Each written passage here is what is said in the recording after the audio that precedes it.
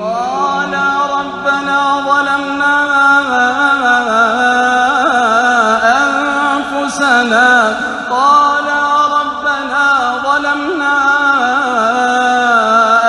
أنفسنا وإن لم تغفر لنا وترحمنا لنكونن من الخاسرين وإن لم تغفر لنا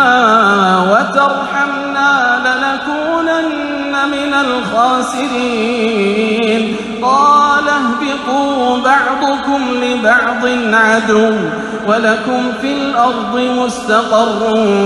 ومتاع إلى حين قال فيها تحيون